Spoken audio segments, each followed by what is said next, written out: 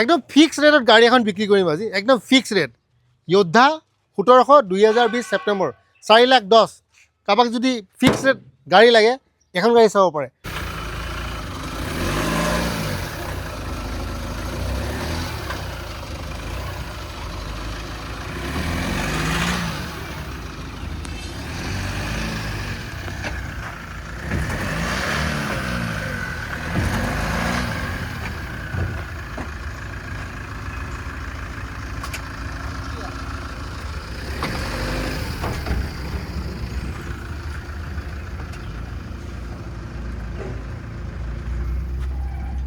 $4,10,000 এখন গাড়ী পাই যাব, ফিক্স ৰেট, কোনো দামাদামি চিষ্টেম নাই, কোনো বাৰ্গেনিং নাই। 4,10,000 টুপুককৈ দিব আৰু টুপুককৈ গাড়ীখন লৈ যাব।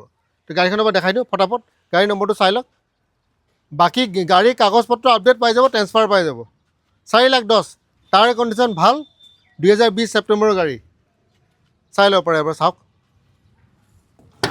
আৰু যদি ফাইনেন্স যদি কৰিব বিচাৰে সময় লাগিব, 1,00,000 টকা ডাউন পে'মেণ্ট দিব লাগিব। ফাইনেন্স বস্তুটো কিন্তু দীঘলীয়া প্ৰচেছ। আগতে কৈ দিওঁ, এখন হৈছে গাড়ী চাৰিওফালেও দেখা যাচ্ছে 8 ফুট 7 ইঞ্চি লম্বা। পিছৰ টায়াৰটো চাওক, একদম সুন্দৰ টায়াৰ, চাওক নতুন টায়াৰ। এতিয়া বাকী পিনে চাওক 5 ফুট 5 ইঞ্চিমান ধৰি ৰাখক, 1700 কিলো লৈ যাব পাৰে এখন গাড়ী, 1700। পিছৰ টায়াৰটো চাওক সুন্দৰ, টায়াৰত কোনো প্ৰব্লেম নাই, চাওক টায়াৰ সুন্দৰ টায়াৰ পাই আছে, সুন্দৰ টায়াৰ, সুন্দৰ গাড়ী। নতুন গাড়ী কিনিব গ'লে মোটামুটি 11,500 পৰে।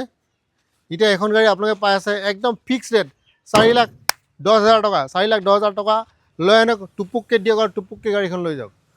তো এখন হৈছে গাড়ী, গুৱাহাটীত আছে, তলত আছে কণ্টেক্ট নম্বৰ। ফাইনেন্স কৰিলে আপুনি 1,00,000 টকা ডাউন পে'মেণ্ট দিব লাগিব। আৰু ফাইনেন্স কৰাৰ আগতে এবাৰ নিজকে এবাৰ চাই ল'ব দেই। বহুতে কয় দাদা চেকবুক লাগিব নেকি? চেকবুক লাগিব নহ'লে কেনেকৈ হ'ব? চেকবুকৰ কাৰণে এপ্লাই কৰি দিয়ক। বেংক পাছবুক ঠিক আছে নে চাই লওক। চিভিল যদি বেয়া আছে ফোন কৰি লাভ নাই। এইকেইটা মোটামুটি বস্তু। তো যি আছে এইখন আপোনালোকৰ সন্মুখত 4,10,000 টকাত য়োদ্ধা, যাক অসমীয়া আৰু বেংগলীত কয় যোদ্ধা, এখন গাড়ী পাব। 2020 ছেপ্টেম্বৰৰ গাড়ী, গুৱাহাটীত আহিব আৰু গাড়ীখন ল'ব।